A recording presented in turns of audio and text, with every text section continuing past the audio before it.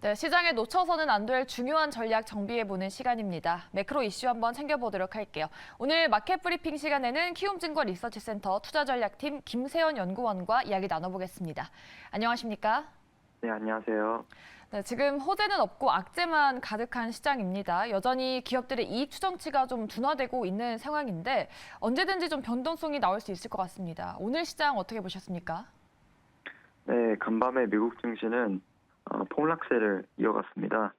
미국 증시는 금리 급등세, 그리고 우크라이나 이슈, 그리고 중국 락다운 장기화 우려에 따라서 경기 둔화 우려감이 확대됨에 따라서 S&P 500은 3.2% 하락, 나스닥은 4.3% 하락, 러셀 2000 지수는 4.2% 급락했습니다. 아시아 증시에서 미국 국채 10년물 금리가 3.2%까지 급등세를 보이면서 이런 금리 부담에 따라서 S&P 500 지수는 장 초반에 1.6% 하락 추가 이후 장중 낙폭을 확대하면서 장중 저점 부근에서 마감했습니다. 주요 심리적 지지선이었던 4,000포인트를 하회하면서 마감했는데 마감한 그 수준이 3,991.24포인트였습니다. 이날 악재로 작용한 재료들이 있었습니다. 일단 전주에 중국의 샹하이가 점진적인 코로나 락다운 해제가 진행이 됐었는데 이번 주 어제 저녁에 샹하이 락다운이 다시 강화되었다는 소식이 악재로 작용을 했고, 그리고 모건 스탠리 등 글로벌 경기 악화 우려감을 표명하는 그런 글로벌 IB들의 주장이 또 시장의 부담으로 작용했습니다. 또 마지막으로 이번 주 수요일 날 다 경계감이 좀 높이 주목되고 있는 미국의 CPI 지표를 앞두고 경계 심리가 모인 점도 부담이었습니다.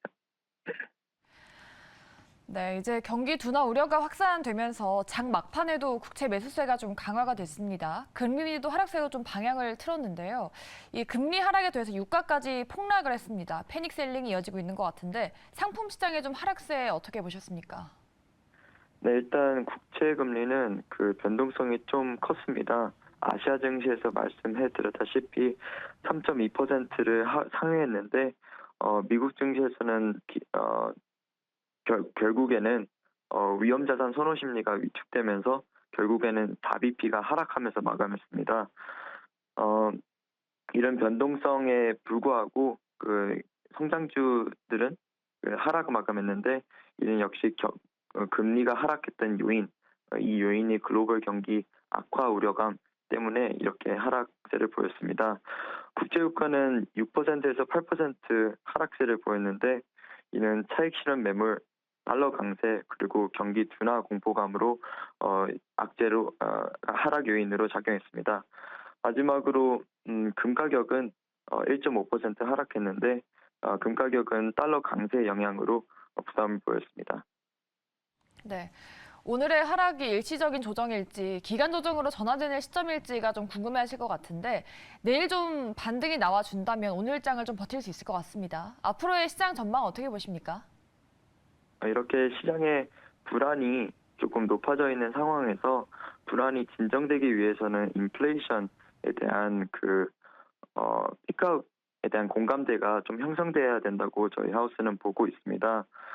이 인플레이션에 대한 불확실성을 해소하기 위해서는 이번 주에 발표되는 미국의 CPI, 이번 주 목요일 날 발표되는 미국의 PPI 등 물가 지표들이 발표되면서 피크아웃 논란이 조금 완화돼야 되는데 지금 시장의 컨센서스는 근원 물가 지표의 경우 그 6.1% 그리고 헤드라인 물가 지표의 경우 8.1%가 예상되고 있습니다. 이는 전월 대비 둔화될 것이라고 예상을 하고 있는데 만약에 둔화가 된다면 시장의 안도감이 확대될 수 있을 것이라고 저희 하우스는 보고 있는데 역시 지표가 그 헤드라인 컨센서스를 상회할 경우 또 가능성을 좀 배제하지는 못해서 만약에 컨센서스를 상회할 경우 그 변동성이 다시 확대될 가능성도 있습니다. 네. 이번 주 줄줄이 발표되는 미국의 경제 지표를 눈여겨봐야 될 것 같고요. 이 변동성 확대에 대한 전망도 대비를 하면서 시장 대응을 해 나가는 게 좋으실 것 같습니다. 오늘 마켓 브리핑 시간 함께 하셨고요. 지금까지 함께한 분은 키움증권 리서치센터 김세연 연구원이었습니다.